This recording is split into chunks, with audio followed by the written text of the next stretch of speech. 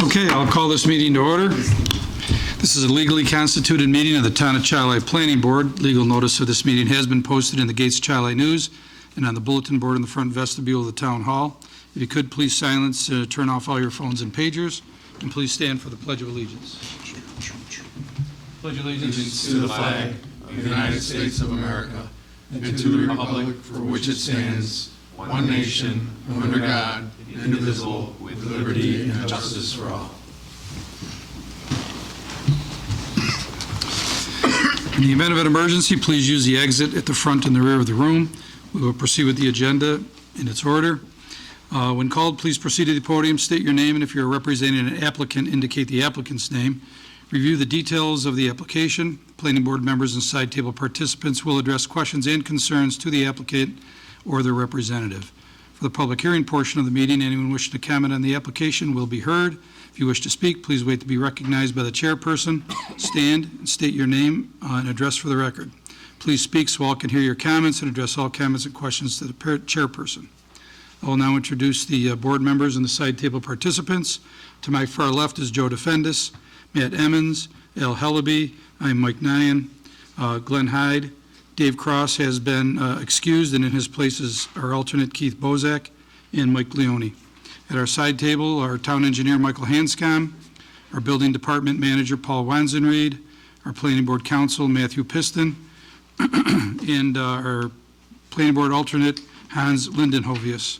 Our recording secretary tonight is Sandra Hewlett. Our first application is the application of Hillside Crestwood Campus, Maria Cristalli, 1183 Monterey Avenue, Rochester, New York, applicant owner, for preliminary site plan approval to construct a new residential cottage, 4,200 square feet, and in addition, 930 square feet to an existing residential cottage at the property located at 2075 Scottsville Road in a PID district. Mike, I'm going to recuse myself as Hillside is my client and I'm involved in the project. Okay, thank you, Matt. Hans, if you could pick the dice for Matt.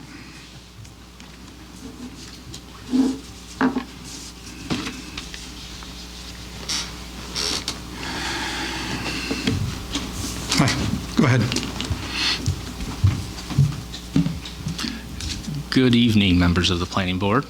My name is Brian Olds with Cornerstone, and on behalf of Hillside Children's Center, I'd like to introduce this project as their owner's representative and project manager. Tonight, our team will be presenting on a site plan application at 2075 Scottsville Road, the Crestwood campus. For those who may not be familiar, a little history on Hillside. They are a tremendous community asset and are one of the oldest family and youth nonprofit human service organizations in the United States, founded back in 1837. They provide community-based services, education, and residential treatment to positively impact lives for the youth and families that have experienced trauma. And then to further enhance the Crestwood campus and the experience for the youth and families, they are proposing a project which includes 3 different components. One is the new cottage, which will have 9 private bedrooms, a dining area, a living room, as well as an activity room and support space for the staff. The existing Olympia cottage will be renovated and have an approximate 930 square foot addition, which will modernize the building, replace existing systems, and also provide single bedrooms for all of the youth in that cottage. And lastly, there will be site and courtyard improvements that will take place in conjunction with the construction of those 2 buildings. And before we go any further, I'd like to introduce the rest of the team members that you will hear from this evening. First off, we have Jerry Ippolito from Hillside. He is the Director of Properties, Food Service, Safety and Security.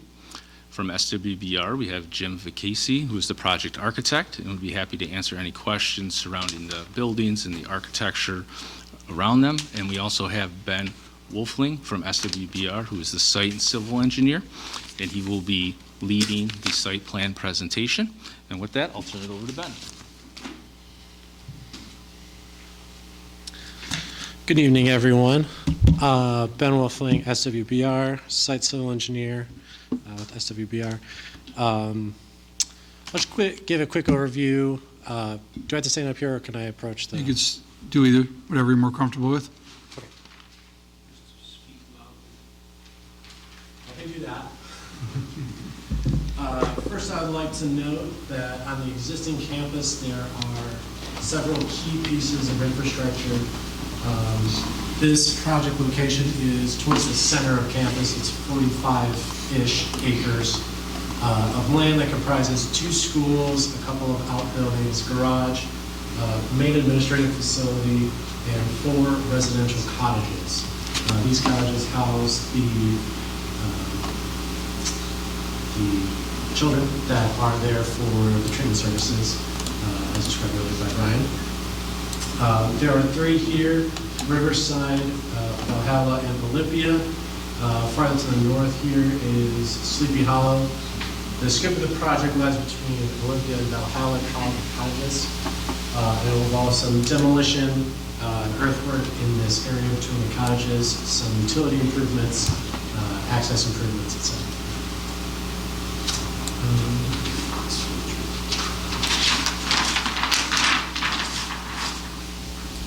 As submitted with the site plan application, you can see the T-shaped building is our new proposed cottage. It's 4,200 square feet, and it is located in a grass lawn area behind these existing cottages. There's also the existing cottage addition proposed, 930 square feet. You'll see the interior courtyard area proposes a pedestrian walkway through the courtyard that can also be used as emergency vehicle access for ambulances only. We're not proposing fire trucks enter that area. They will use the existing roadway here between Cutler, which is their main administrative building, and these 2 cottages on the downtown. There will also be some utility improvements off to the south. There will be some generators, new water services, upgraded IT and technical service. All these buildings, the new building and the addition, will be fully sprinkled. There are 4 occupancy. It will have NFPA 13R sprinklers, compliant with that portion of the code.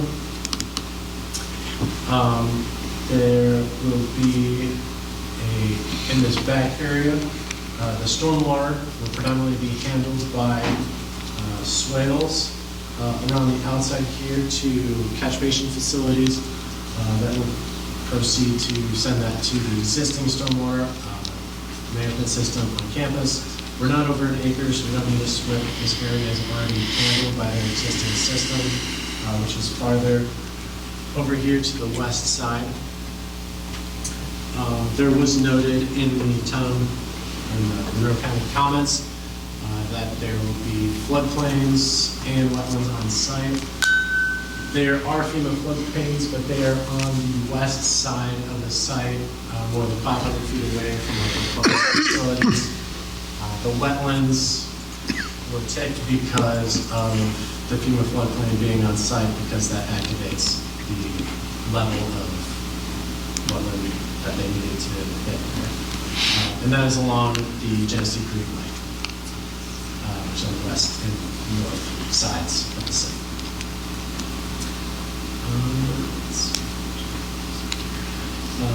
We went before the Conservation Board last night with Eli Sands, who is our landscape architect, also at SWBR. The Conservation Board had no comments on our proposed plantings. Here is shown some locations of smaller trees. There is a landscape plan that will be submitted along with any other requirements you guys have.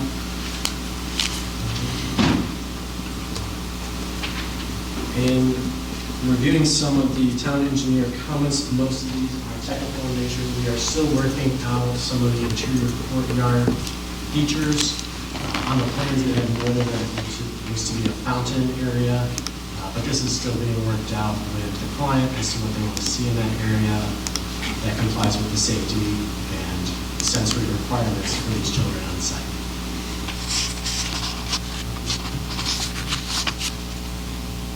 believe that is most of it. Any other questions? Joe? Was there anything in the, I read through the engineer's comments and that, and was there anything in there you thought you couldn't do? No, everything seemed very reasonable.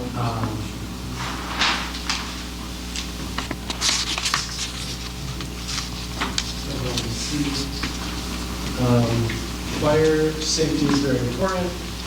So one of the engineer comments was the ability for, and the fire marshal also commented on the access to this building. I've drawn here radiuses. There are several hydrants on site in this main road that act as a fire access lane.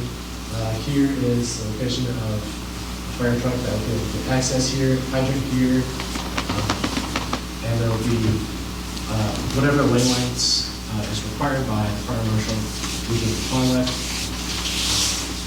and we can work to figure out any of his additional comments. Other than that, all the town engineer comments are very doable.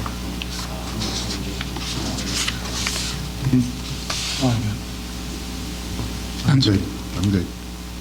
I know the engineer asked for those sweeps that you're saying to get the emergency vehicles around. Did you say you were gonna supply those at a later date? We can supply this to the town engineer. I have on this map drawn out, it's in green, kind of hard to see. But this is the ambulance. We will have to widen the entrance here a little bit in order to comply with that, but the drive aisle here is wide enough so that an ambulance vehicle could make it all the way up here to the new cottage and then through the existing pathways on site. What happens during the construction of this, if it's approved tonight? All right, get the go-ahead to start whatever it is you're gonna do. How's that impact the kids that are in there? How's it impact their schedule or just to whatever it is they do? So one of the reasons that we decided to go with a separate cottage structure, this could be built and fenced off, and the children can remain in these 3 cottages during the length of the construction. They would be phased out of whatever cottage they were in, relocated to this new cottage, and then the renovation could begin on this cottage. So there would be no loss of home for these children during the construction process. How long are they actually in this facility, just out of curiosity, rough idea? A year would be most for a kid, so, they try to be 6 to 8 months a year, and get them back into their family. Just because of behavioral issues, or What's that? just because of behavioral use or issues, or? It's a wide range of issues. These cottages are regulated by OMH, Office of Mental Health, so mental health issues and stuff like that. So it's a wide variety of reasons that they're in our care. Sir, can I get your name and your position? I'm Jerry Bolito. I'm the Director of Properties, Food Service, and Safety and Security for Hillside. How long's the construction schedule, you think? Al, you gotta speak in the mic. How long's the construction schedule gonna be? Right now, we are targeting about 15 months. All right, that's all I got right now. Follow up with the fire marshal's comments. What is the distance from that vehicle you've placed the fire truck to the back of the building? It's a little less than 300 feet to the absolute back. Okay, and then the other fire truck, what's the distance from there? About the same. I'm sorry, about 300. about 300 feet? Yeah. Okay, It is 150 feet to the front, the main door here from. okay. There will also be fire department connections on the front side of these buildings and to the renovation and to the cottage. Okay. And have you calculated the size of the existing mains that you would be able to supply this additional, the addition and the additional cottage? Yes, we have Provide a- proper water pressure and volume in the event of a fire? So we've done hydrant tests on the main at Scottsville Road, more authorities on that. There's 2,300 gallons of available fire flow, 56 PSI residual pressure. We're working with our mechanical engineers to design the fire system within there to make sure that it's compliant with all the requirements. The service to the campus is 8-inch, and that goes into the Cutler building. We are also proposing a hot box at the road per water authority's request to ensure a protection of the campus from the local. Okay, thank you. Because it's an old site. Okay, thank you. I'm good, thank you. Just two questions. It's single-story monolithic slab building? Correct. Jim Kesey, Again, sir, your name and, yeah, Jim Kesey, SWBR architect. okay. Slab on grade. Yep. The other question is just around the actual path, right? We talked about it being accessible for an ambulance. Will it be sort of some general lighting on the path? I mean, not just for the residents who live there for accessibility, but also if an ambulance has to come in, they have at least some idea they can follow those lights into the... Yes, the courtyard will be lit by a combination of, there will be some lights on the front of the building, and there's also several smaller lamp posts, I guess, more decorative, shorter, so it's not shining directly into windows. But this area will be lit, I guess, at all times, depending on safety requirements. And just a general comment, I was actually pleased to see the use of native plants. You don't see that as often, so that was refreshing to see that.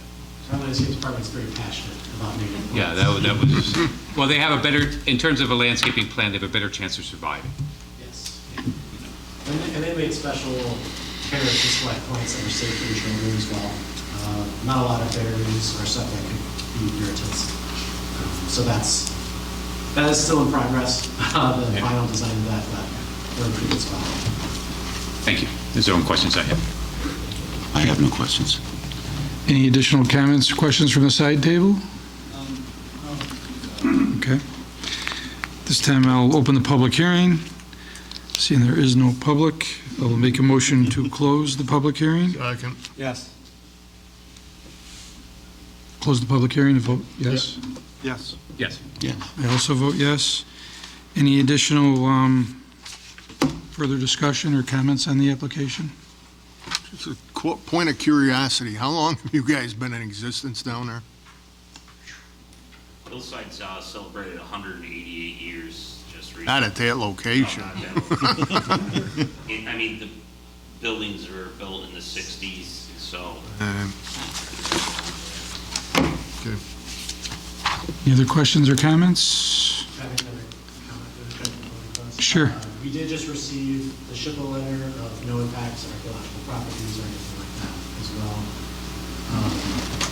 And if the board was willing to accept that and the seeker as a negative declaration and just move forward with final site plan approval, if that's possible. Okay. All right.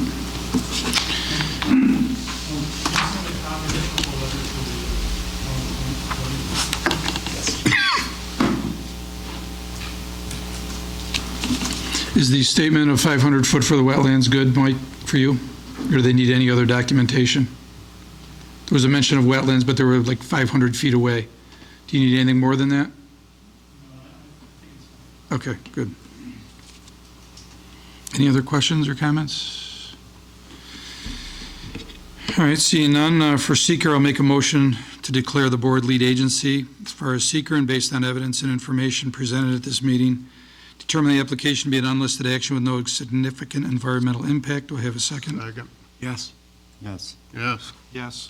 Yes. Yes. I also vote yes. You'll be continuing to work with the fire marshal as far as the access and loading of that road? He made those comments, okay. We'll condition that, all right.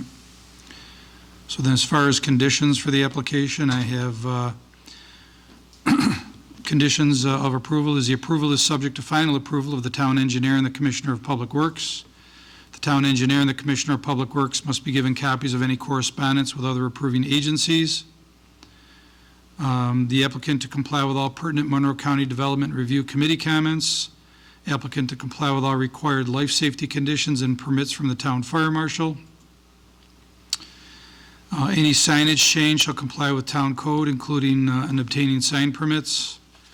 The applicant shall supply a landscape plan drawn by a licensed landscape architect, along with the required checklist to the Conservation Board for review and recommendation, which I think you've already done. Upon completion of the project, the applicant shall submit a landscape certificate of compliance to the building department from the landscape architect, certifying that all approved plantings have been furnished and installed in substantial conformance with the approved landscape plan. Building permit shall not be issued prior to the applicant complying with all conditions. Application is subject to all required permits, inspection, code compliance regulations. Any other conditions? Okay. With those conditions, the application of Hillside Crestwood Campus, Maria Cristalli, 1183 Monroe Avenue, Rochester, New York, 14620. Applicant owner for a preliminary site plan approval with waiver of final to construct a new residential cottage, 4,200 square feet, and an addition of 930 square feet to an existing residential cottage at the property located at 2075 Scottsville Road in the PID district. Second. Yes. Yes. Yes. Yes. Yes. Yes. I also vote yes, this is approved. Thank you. For other board business, I'll make a motion to accept the June Planning Board meeting minutes. Okay. Second?